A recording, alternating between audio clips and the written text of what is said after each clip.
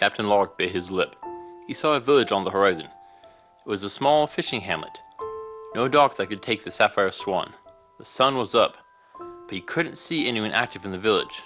Was it deserted? Stroking his chin, he lowered his spyglass. Well, it was worth taking a look.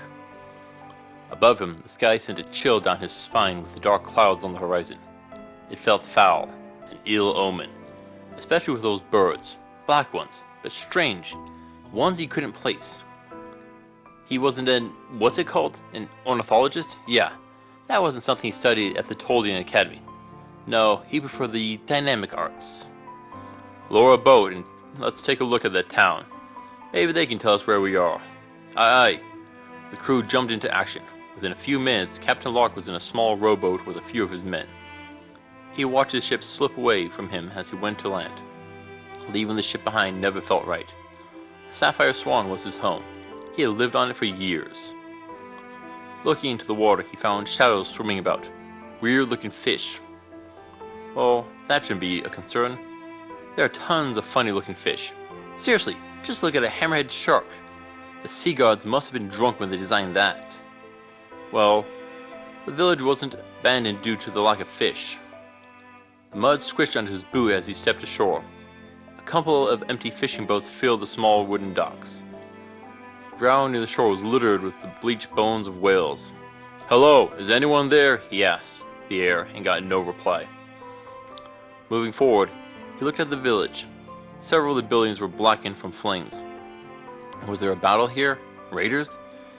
If that was the case, everyone may be dead or gone. Pushing open the door of the first building he reached, he found a desk covered in papers. A business of sorts. Pinned to the wall was a map with lines drawn on it. Stroking his chin, he recognized his location. Yeah, that's where they were. He had been here before and gotten some whale oil for his ship. Oh, bugger. That wasn't good. That snake was nearby. "Captain!" a sailor called. He rushed from the building to the one his man was standing before. His face was white and he looked as if he was about to void his stomach. Peeking his head through the door, the captain found out why. There was something there. Something that looked like a human, but no, not anymore. The captain stumbled out the door, his gaze turned back to his home. The Sapphire Swan bobbed up and down, but wasn't alone anymore. Something large and white was swimming nearby. "Back to the ship," he yelled as the truth set in. He ran as fast as he could back to the rowboat. His eyes were already on the crew. A few had gotten harpoons out for the cursed hunt. Welcome back to Mythical Phylogeny Adventures. I'm your guide, Jason. The Bake-Kujira is a skeletal whale from the Japanese mythology. Let's take a look at this strange creature which has brought ruination to numerous villages and taken untold lives.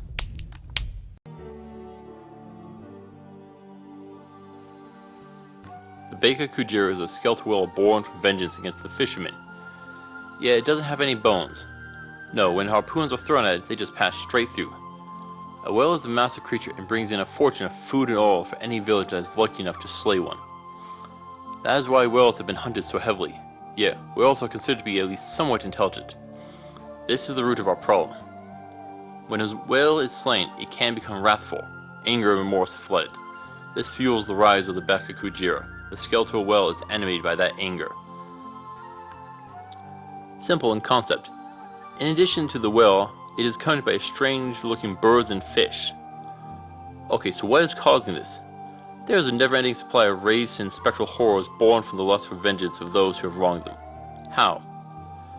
So now we are dealing with the biology of ghosts. That sounds like an oxymoron. Should we call this necrobiology or astral biology?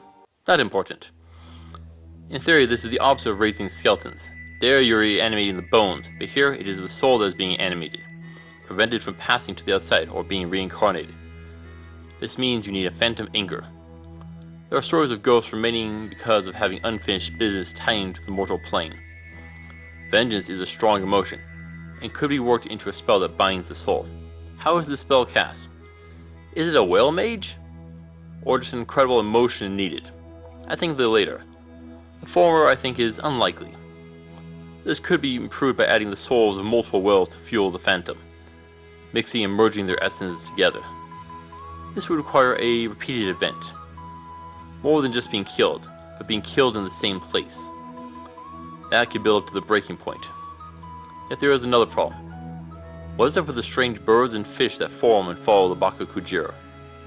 They are going to be important here. To bind a soul, that will require a lot of spell power, but can a will cast a spell?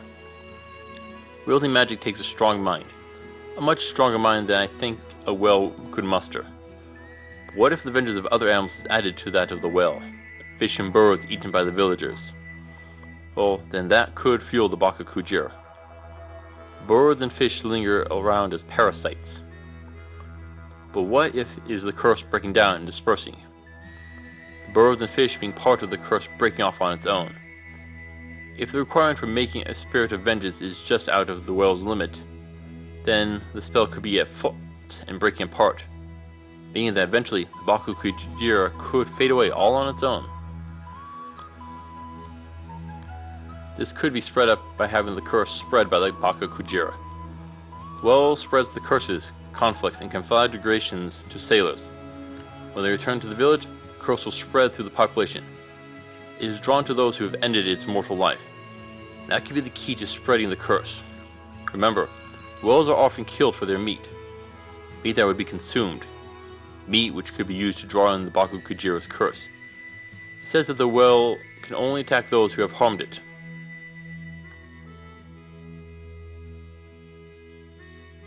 The Bake-Kujira can't be harmed by harpoons. That means swords, arrows, and the like are out as well. Yet, we do not know that we are facing a ghost. That means holy magic and necromancy should work. With the first, I would work to disperse the curse that holds the wraith together. Without that, it will vanish. With necromancy, you might try to command the well. You could either send it against your foe, or work to release the spirit. Sounds easy enough. But you know what I'm about to say. It won't. You are going after a whale at sea. It can dive deep to escape you, and to exorcise it, it will take some time. The first step is to lure it out. So, did you ingest the meat? Use the whale oil? If the answer is yes, then it may come for you, chase you across the ocean, or swim near the village that you are staying at. To trap it, set up a binding spell. You won't be able to set up in the water due to it moving and dispersing about. You could make a wooden platform to hold the spell trap. If clever, you could work the spell into a fishing net. While the ghost well can just swim through a regular net, an enchanted one maybe could hold it. If neither works, you could always turn to the old reliable ice spell to make a platform.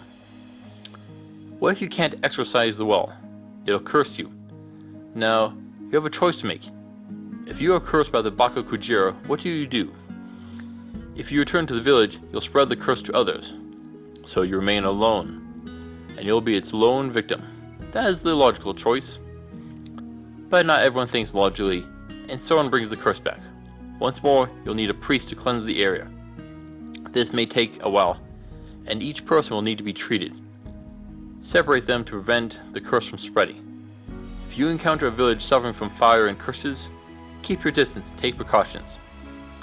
You may be able to help, but could easily get yourself in the middle of it. Yet, rather than have to fight the Bake-Kujira, could you prevent it to rise? The first step is to prevent the well from seeking vengeance in its death. How? While hunting whales, you could try a calming spell to put it at ease.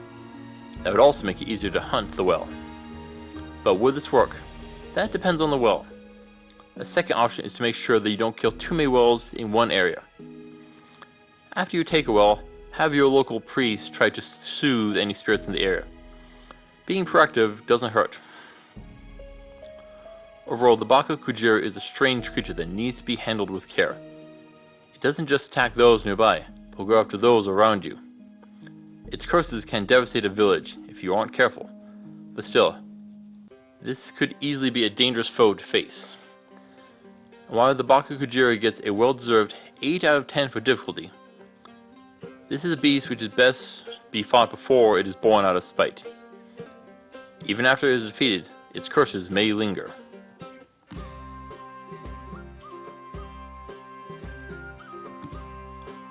Well, what loot can you get from a ghost? Some ectoplasmic powder? That could be used in some potent spells and potions, ranging from mana recovery, spirit walking, and clairvoyance. After that, there isn't much on the surface. No bones in our ghost well, even if it looks like it.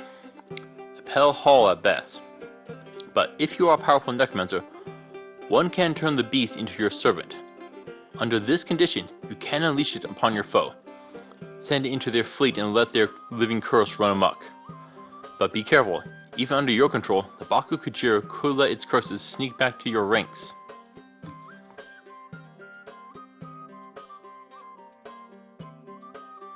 Captain Locke urged his men to go faster. They needed to get to the boat. The water was thick with the bizarre fish. No matter how hard the oars struck the fish, nothing happened to them. They weren't real. The sun was nearly blotted out by the swarm of birds above.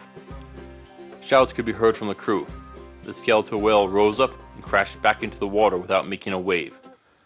The crew threw harpoons, but they passed straight through the horror unabated. "Get us out of here!" the captain roared as they reached the ship. As soon as the line was tossed down, he was already heading up. "Ignore it and get us out of here!" Men were slow to come to action. It wasn't because they were stupid, but because a fire had broken out on the deck. Sparks jumped and threatened to spread up the ropes. Captain Locke cursed himself for never investing time on the magic he needed right now. Running below deck, he howled for water. Grabbing the first liquid he could find, he rushed above deck. The fire had spread. The men were at work. They had filled the cells and the ship was turning. Meanwhile, more of his men were off fetching buckets. The captain splashed the liquid over the deck, but it wasn't enough to extinguish the heat. Ignoring it, he went up to the helm and threw the ship sideways. "Full sail!" They sped up. Captain Locke looked over his shoulder. The Bake-Kujira was swimming in a circle, doing nothing more. "Get that fire out!" the captain growled, his eyes sweeping over his crew, fearing what they may have contracted. This could be bad. If it cursed them, they needed a priest to cleanse them now. If not, Lord, he knew where they were now, but the nearest one wasn't far, but that serpent was in their way. They'd have to chance it. You couldn't take a gamble with a Bake-Kujira's curse.